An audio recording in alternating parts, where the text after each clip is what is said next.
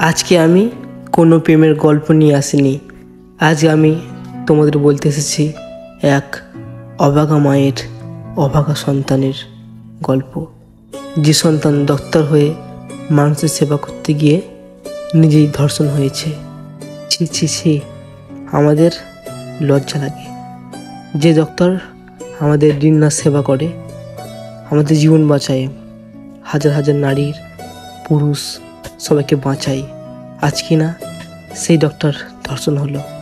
তবে এই ঘটনা ঘটেছে কলকাতার আর.জি. কর মেডিকেলের এক জুনিয়র ডাক্তার। মেয়েটার নাম করছে না, মেয়েটাকে অভাগা নারী হিসেবে নামটা দিলাম আমি। তবে সত্যি জীবনে মানুষকে বাঁচাতে গিয়ে সে নিজের জীবন বাঁচাতে পারলো না। কত কত জানোয়ার তাকে ধর্ষণ করলো।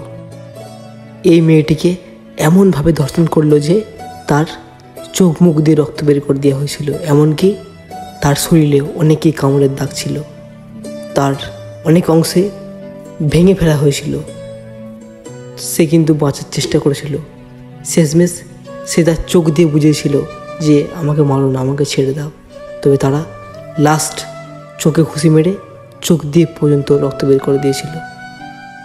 সত্যি সে তার মায়ের কাছে ফিরে যেতে চেয়েছিল যে মা, আমি আর ডাক্তারি করবো না, আমাকে বাঁচাও। কিন্তু সে তার যুদ্ধে জয়লাভ করতে পারল না।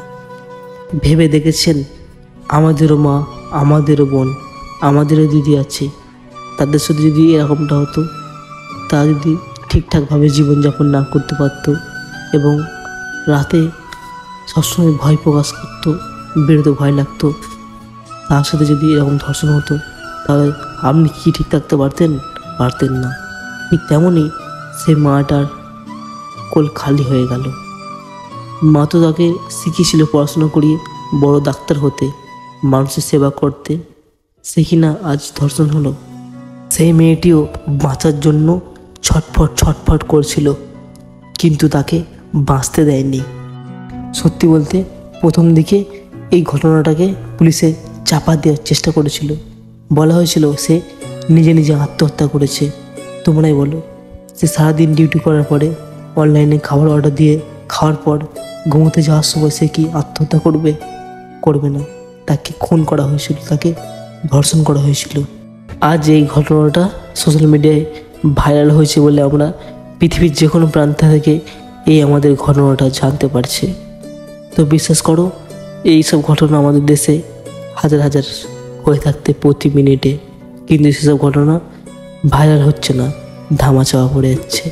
তাই তো বলছি, তোমাদেরও মা আছে, বোন আছে, একটু চোখ কান খুলে তাদের যাতে স্বাধীনভাবে বাঁচতে পারে তার ব্যবস্থা করতে হবে।